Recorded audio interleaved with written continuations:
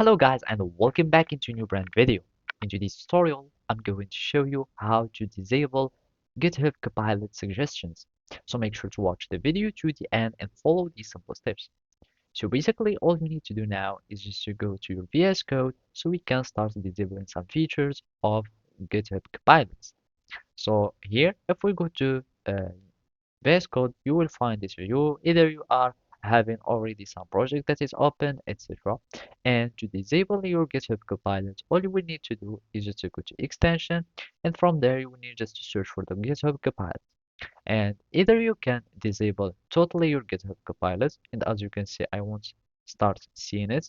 And from here, you will have it totally disabled, and otherwise you will let's just click and use Copilot again, and it will enable the extension.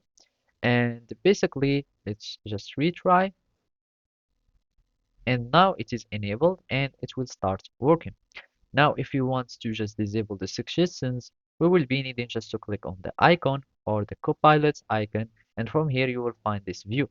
So basically, there is this Copilot free usage, chat messages, code completion, and for the code completion, we will need just to disable it.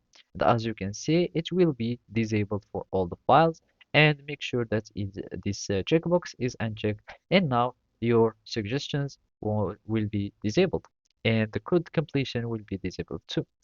Otherwise, you can simply disable a code pilot for a workspace or for a specific workspace that you have, and by that you will be able to start working freely without being bothered with Copilot. So that's it. Thank you for watching and see you next time.